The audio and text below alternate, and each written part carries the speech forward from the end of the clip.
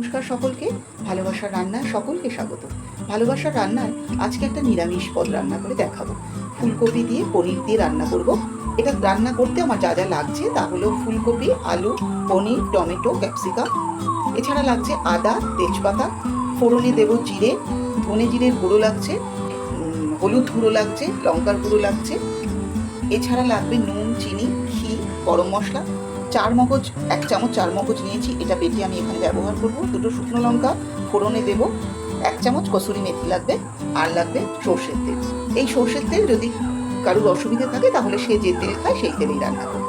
চলো শুরু করে দিই। এই 2 চামচ তেল দিয়ে দেবো, এই তেলেই রান্নাটা করব। মধ্যে আমি প্রথমে আলুগুলো ভেজে নেব, নুন দিয়ে ঢাকা দিয়ে আলুগুলো ভেজে নেব। যখন আলুটা এরকম অবস্থায় আস্তে ভাজা হয়ে যাবে তখন এর মধ্যে আমি এই ফুলকপিগুলো দিয়ে দেবো। ফুলকপিটা দিয়ে দিয়েছি, এবার এটা মিশিয়ে দিয়েছি। নুন আর দেবো না, আলুতে যে নুন দিয়েছি তাতেই হবে। ফুলকপি আলুটা ভাজা হয়ে গেছে, এবার আমি এগুলো তুলে নেবো। পনিরগুলো ভেজে এবার তুলে নিচ্ছি। শুকনো লঙ্কা 2টো ফোড়নে দিলাম, আর দেবো জিরে। এইটা খুব বেশি পুড়িয়ে ফেলবো না, আমি যেমনটা বলি পুড়িয়ে ফেলবো না। এর মধ্যে দিয়ে দেবো আমি আদা। ফোড়নটা পুড়ে গেলে ফোড়নের গন্ধটা ভালো লাগে না। এই আদাটা আমি এবার একটু জল দিয়ে কষাবো। একবার জল দিয়েছি দেখলে, এটাকে কষিয়ে নিয়েছি। আবার জল দেবো, কিন্তু তার মধ্যে আমি কিছু জিনিস অ্যাড করবো। তেজপাতাটা দিয়ে দিয়েছি। এবার আমি এখানে ধনে জিরে গুঁড়ো দেবো, আমার এই ছোট চামচের 2 চামচ। লঙ্কার গুঁড়ো দেবো পৌনে 1 চামচ। 1/2 চামচ দেবো হলুদ গুঁড়ো। এইটা দিয়ে এবার একটু ভালো করে মিশিয়ে নেবো। আবার জল দেবো, আমি জল দিয়ে কষাবো।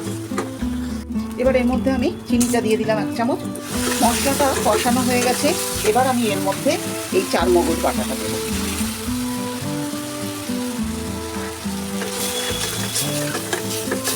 এবার এটাকে ভালো করে কষাবো। এর সঙ্গে আর একটা জিনিস দেবো, ওই যে সামান্য একটু কসুরি মেথি রেখেছি, ওই মেথিটা। এটা রোস্ট টোস্ট কিচ্ছু করিনি, রান্নাই হবে এর সঙ্গে। আবার একটু জল দেবো, জল দিয়ে কষাবো। মশলাটা দেখো এবার কষে আসছে, এই তেলগুলো ভেসে উঠছে।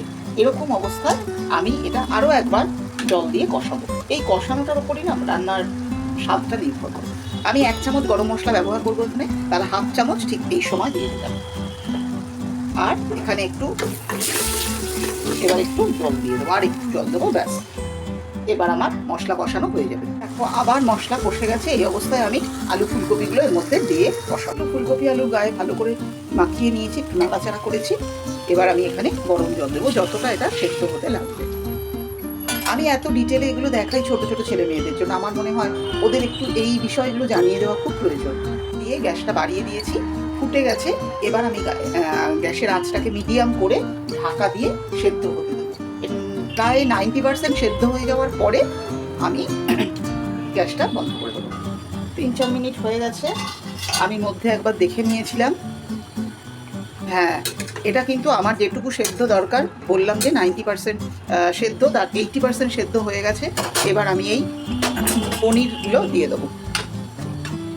পনিরগুলো আগে দিলে ভেঙে যেতে পারে, ভেঙে যাওয়াই স্বাভাবিক। এইবার আমি এগুলোকে আর আমি 1টা মিনিট এর মধ্যে ঢেকে রেখে দিলেই আমার 90% সেদ্ধ হয়ে যাবে। 1 মিনিট হয়ে গেছে, এটা সেদ্ধ হয়ে গেছে। এবার আমি এটাকে নামিয়ে রাখবো। এই প্যানে এই সামান্য একটু ঘি আমি দেব, বেশি আঁচ বাড়াবো না, না বাড়িয়ে এর মধ্যে আমি এই টমেটোগুলো আর এই ক্যাপসিকামগুলো এইগুলো দিয়ে দিলাম। এর ওপর থেকে সামান্য একটু নুন আমি ছড়িয়ে দেবো, খুব সামান্য ছড়িয়ে দিলাম। দিয়ে এটাকে আমি ঢেকে দেবো। মিডিয়াম আঁচে এটাকে নরম করব। আমি কিন্তু এই তরকারিতে নুন দিইনি, একদম প্রথমে আলু পটল ভাজাতে যেটা দিয়েছিলাম সেটাতেই রান্না হয়েছে। মোটামুটি নরম হয়েছে, কারণ এটা তরকারির সঙ্গে আরও 1 মিনিট একটু রান্না হবে। এবার এটাকে আমি এই তরকারির মধ্যে দিয়ে দেবো। প্যানটায় একটু গরম জল দেবো, এটা যে দিয়েছিলাম এই জলটা দিয়ে দেবো। এইবার খুব ভালো করে মিশিয়ে এইবার আমি নুন মিষ্টিটা দেখবো। টেস্ট করে দেখলাম খুব সামান্য একটু নুন লাগবে।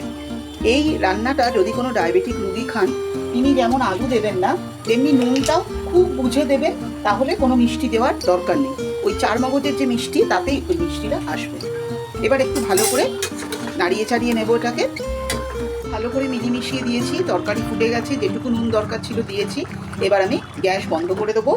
এবার এর মধ্যে যে হাফ চামচ গরম মশলা সেটা দিলাম, আর দেবো এই ঘিটা। এই ঘিটাও কিন্তু যাদের অসুবিধা আছে তারা দেবেন না বা কম দেবেন, নিজেদের প্রয়োজন অনুযায়ী বাড়িয়ে কমিয়ে নেবেন। এখানে যদি কেউ ক্যাপসিকাম টমেটো ভালো খান, তাহলে তারা এর পরিমাণটা আর একটু বাড়িয়ে নিতে পারেন, ভালো লাগবে খেতে তাতে। এবার এটাকে 5 মিনিট রেখে তারপর সার্ভ করব। তৈরি হয়ে গেছে আমাদের আজকে নিরামিষ রেসিপি, আলু ফুলকপি দিয়ে পনির। তোমরা এটা তৈরি করে দেখো, ভীষণ সহজে হয়ে যায়, তোমরা সেটা দেখলে, এবং ভীষণ ভালো স্বাদ। রুটি পরোটা ভাত সব কিছু দিয়ে খেতে পারবে। এমনকি মনে করলে ফ্রাইড রাইস বা পোলাও দিয়েও খাওয়া যায়, তখন এই ঝোলটা একটু কমিয়ে নেবে, তাহলেই খাওয়া যাবে। তোমরা সকলে তৈরি করো, তৈরি করে খেয়ে আমাকে জানিও কেমন হয়েছে।